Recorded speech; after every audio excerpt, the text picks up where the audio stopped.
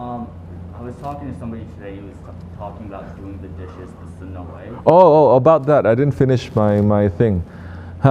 Now, people are coming. We're going to send them to the barn also. That's important. That's time to pick up on that sunnah also. Bring your work clothes. Then you're going to go to the barn because you still have sheep and things like that. Go up the mountains. Okay, be a shepherd. We used to have, but Ahmad left also, got busy, I think. Used to come just to become a shepherd. Do that. Have work clothes, especially in the summer months like this. Go feed the animals. Go and shovel shit. The sheep shit. Shovel it. You like those words? You look like shovel. You understand? Take care of the animals. Smell that. Be in that situation. Don't just come here and do the dhikr. People come here to do the dhikr. Go. People are not really, if I don't say, these people are not doing it either. When was the last time you went to the barn? Few months ago. It's a long time. And he says that without any shame or embarrassment. There's been few months. Without being sorry. See that? Few months ago. Now, that is very American. He doesn't mean it like that, but I know. You understand? It should be, when was that? Too long. Even if it's a few months ago. But he's better than most anyway. Let me not try to ask the adults. Some they're going to say years. Or some they're going to say, Qurban, it counts. That was a few weeks ago and it counts. I was there. See, and then you become slick. But to go up there a little bit.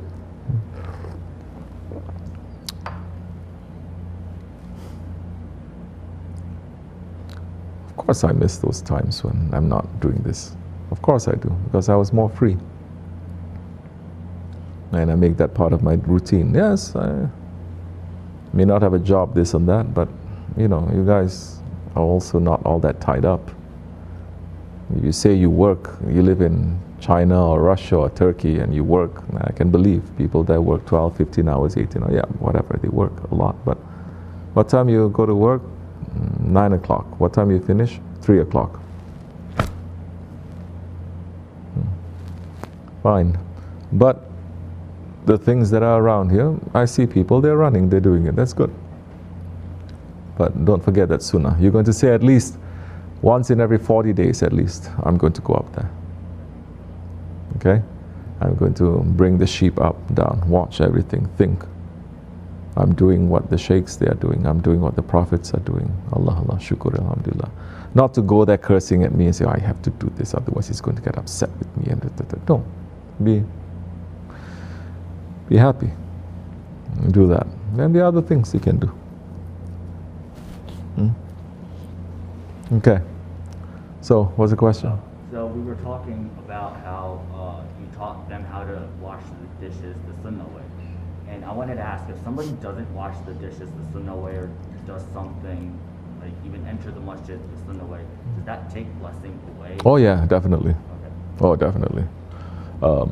You see, we are brought up to think sunnah is just extra, not necessary.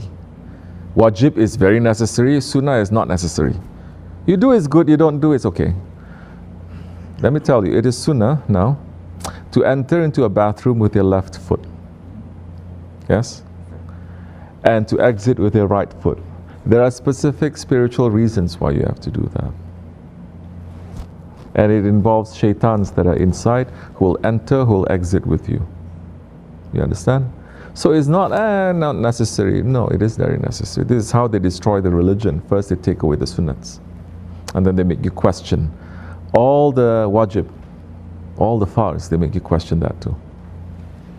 So it does, because the ego hates sunnah also.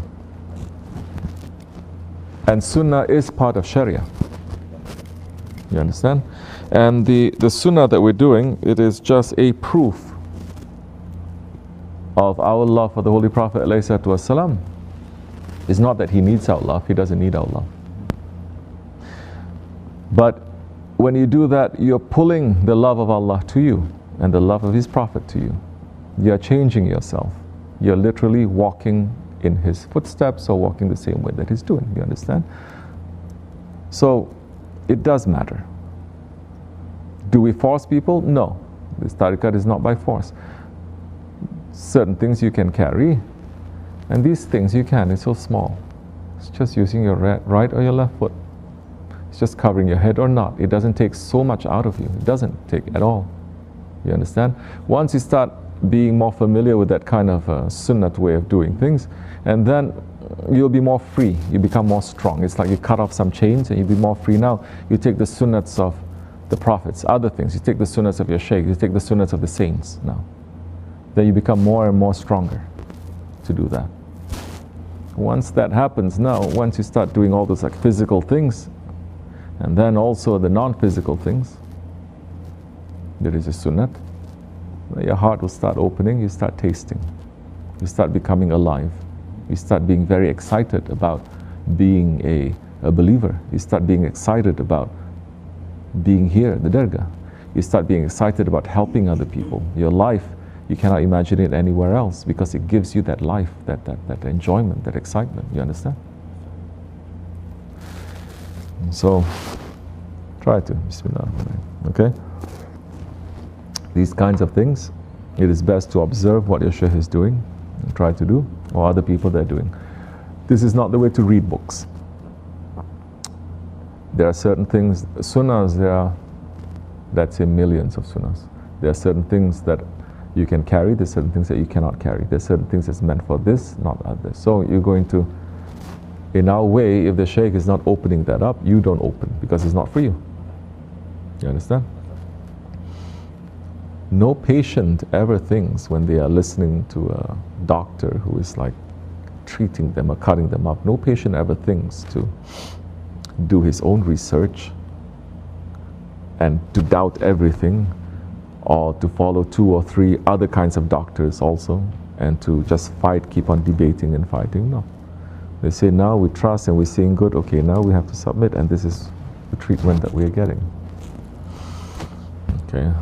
Even those statements have to also put a disclaimer because so many, they're crooks these days. And that's it. Very good. Yeah, where can I learn some of these sunnahs, like to maybe clean my room or wash the dishes? Yes, be here a little bit more and remember what we're doing. Okay? If there are a few only, keep that first. And then you can take a little bit more, take a little bit more, take a little bit more. The good stuff, okay? Don't take the bad stuff that people are doing that is not from sunnah. Okay, if you see someone getting up lazy, getting up late, don't say, oh, yeah, sunnah, I like that. And then you get up late. No, there are idiots also everywhere. There are idiots in the dargah. They get up, they don't clean their beds. Okay? Or they're dirty. Or they're stinky. Don't think that's sunnah, it's not. You understand? So now you observe and take the good things. Take things that you can carry.